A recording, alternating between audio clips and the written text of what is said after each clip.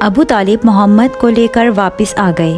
بحیرہ نے جو کچھ کہا تھا وہ سب دماغ میں گونج رہا تھا۔ محمد صلی اللہ علیہ وآلہ وسلم کے بارے میں اس نے جو پیشن گوئی کی تھی وہ ذہن میں گردش کر رہی تھی، اور محمد صلی اللہ علیہ وسلم کے لیے اپنے ملک سے باہر نکلنے کا یہ پہلا اتفاق تھا۔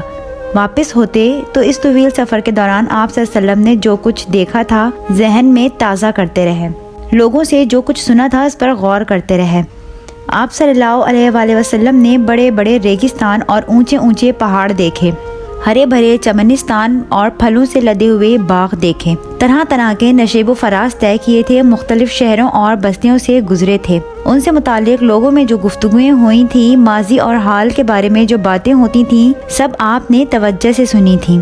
آپ صلی اللہ علیہ وآلہ وسلم کو ایسے لوگ بھی ملے جو انہی چیزوں کو پوجتے تھے جن کو آپ کی قوم پوجتی تھی، ایسے لوگ بھی نظر آئے جو آسمانی کتابوں کے احکام پر عمل پیرا تھے۔ یہ بھی سننے میں آیا کہ کچھ لوگ آتش پرستی میں مگن ہیں، ایسے لوگ بھی ہیں جو پتھر کی مورتی کے حضور عبادت کی رسوم ادا کرتے ہیں اور بندگی کے آداب بجا لاتے ہیں۔ کچھ لوگ ہیں جنہوں نے اپنی نکیل یہودی علماء کے ہاتھ میں دے رکھی ہے، جو کتاب الہی کی من مانی تعویلیں کرتے ہیں اور اپنے جی سے شریعت بناتے ہیں، اور کچھ لوگ ہیں جو عیسائی کے پادریوں کے اشاروں پر چلتے ہیں، جنہوں نے غیب دانی کا ڈھونگ رچا رکھا ہے۔ اس اندھیارے میں، ہاں اس گھٹا ٹوپ اندھیارے میں، محمد صلی اللہ علیہ وآلہ وسلم ایک ایک چیز کا جائزہ لیتے، غور و فکر کرتے، افکار و خیالات کا سلسلہ بند جاتا اور دیر تک اسی عالم میں پڑے رہتے۔ رہ رہ کر آپ سوچتے، کس کی راہ ٹھیک ہے اور کس کی غلط، کون حق پر ہے اور کون باطل پر، حق کہاں ہے اور وہ ہے کیا۔ کم سن مگر عقل مند اور روشن ضمیر محمد صلی اللہ علیہ وآلہ وسلم کو فکر تھی کہ کسی طرح حق مل جائے، اس کی حقیقت کھل جائے، تاریکی کا پردہ چاک ہو جائے اور روشنی نظر آ جائے۔ لڑکپن کا زمانہ کھیل تماشے کا زمانہ ہوتا ہے، لیکن محمد صلی اللہ علیہ وآلہ وسلم کھیل تماشے سے کوسوں دور رہتے، بیکار باتوں اور فضول کاموں میں کوئی دلچسپی نہ لیتے، ہمیشہ حق کی دھن میں رہتے، اسی فکر میں رہتے کہ کوئی ایسی بات معلوم ہو جائے جس میں کوئی رہنمائی ہو، کوئی ایسا نشان نظر آ جائے جس سے کسی حقیقت کا سراغ لگتا ہو۔ گھرانے والوں کے ساتھ عکازہ، مجنہ اور ذی المحاذ بھی جاتے، یہ عرب کے مشہور بازار تھے جو کہ مکہ کے آس پاس ہی لگتے، پھر لگتے بھی حرمت کے مہینوں میں جن میں جنگ و خون ریزی حرام ہوتی ہے۔ ہوتی ہوئی جنگ رک جاتی ہیں، انتقام کے بھڑکتے ہوئے شعلے بجھ جاتے ہیں، اور یہ حرمت کے مہینے 4 تھے، ذی قعدہ، ذی الحجہ، محرم اور رجب۔ ان بازاروں میں ہر قسم کی چیزیں بکتیں، بیرون ملک سے بھی سامان آتا اور فروخت ہوتا، اس کے علاوہ ان میں شعر و شاعری کی محفلیں جمتیں، مقررین اپنی خطابت کے جوہر دکھاتے، ہر شخص اپنے افکار و خیالات کا برملا اظہار کرتا، ہر مذہب کا آدمی اپنے عقائد کی اشاعت کرتا، ہر شخص پوری آزادی سے اپنے نظریہ و مسلک پر عمل کرتا، نہ وہاں کسی طرح کا خطرہ ہوتا، نہ کسی سے اندیشہ، ہر ایک مطمئن اور بے غم ہوتا کہ یہ حرمت کے مہینے ہیں۔ یہ بازار آدمیوں سے بھرے ہوتے، ان میں طرح طرح کے لوگ ہوتے، جگہ جگہ کے باشندے ہوتے، ہر طرف ایک چہل پہل ہوتی، ایک ہمہ ہمی ہوتی۔ ایسے میں آپ صلی اللہ علیہ وآلہ وسلم کو لوگوں سے ملنے جلنے کا، ان کے افکار و عقائد کو سمجھنے کا اور ان کے قول و عمل کو پرکھنے کا بڑا اچھا موقع ملتا، اور یہ فیصلہ کرنے میں بھی آسانی ہوتی کہ کون راہ راست پر ہے اور کون اس سے پرے۔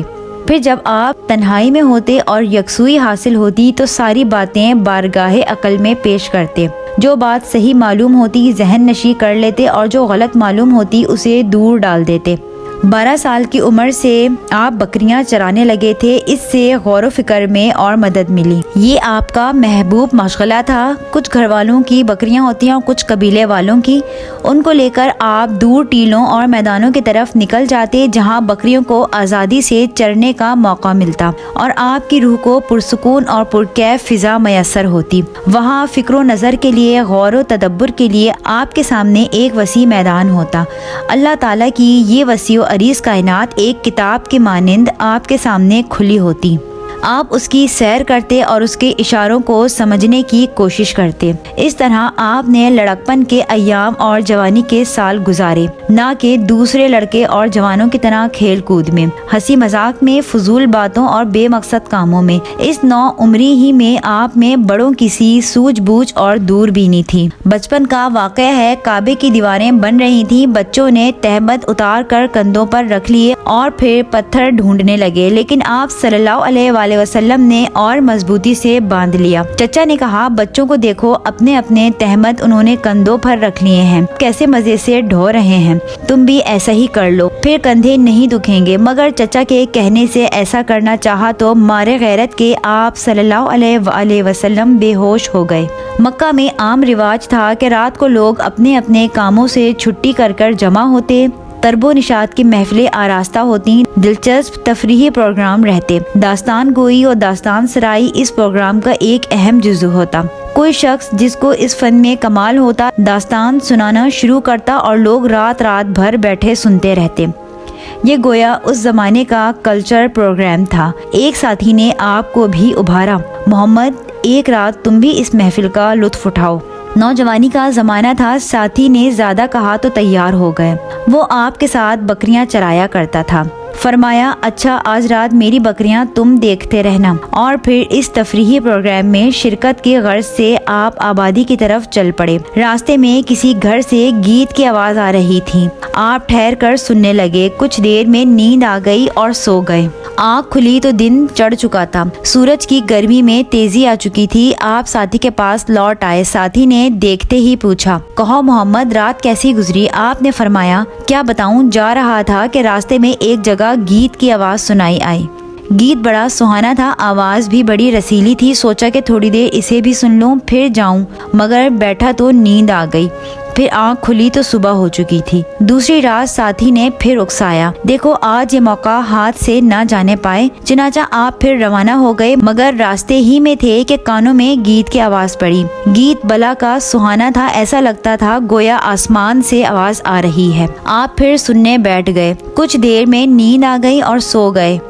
40 برس کی زندگی میں صرف 2 بار آپ نے اس قسم کا ارادہ کیا، مگر دونوں مرتبہ خدا نے بچا لیا کہ تیری شان ان فضولیات سے بالا تر ہے۔ آپ شرم و حیا کے پیکر تھے، عفت و پاک بازی کا اعلیٰ ترین نمونہ تھے، سچائی کے لیے پوری قوم میں مشہور تھے، دیانت داری و ایمانداری میں تو اپنی مثال آپ تھے۔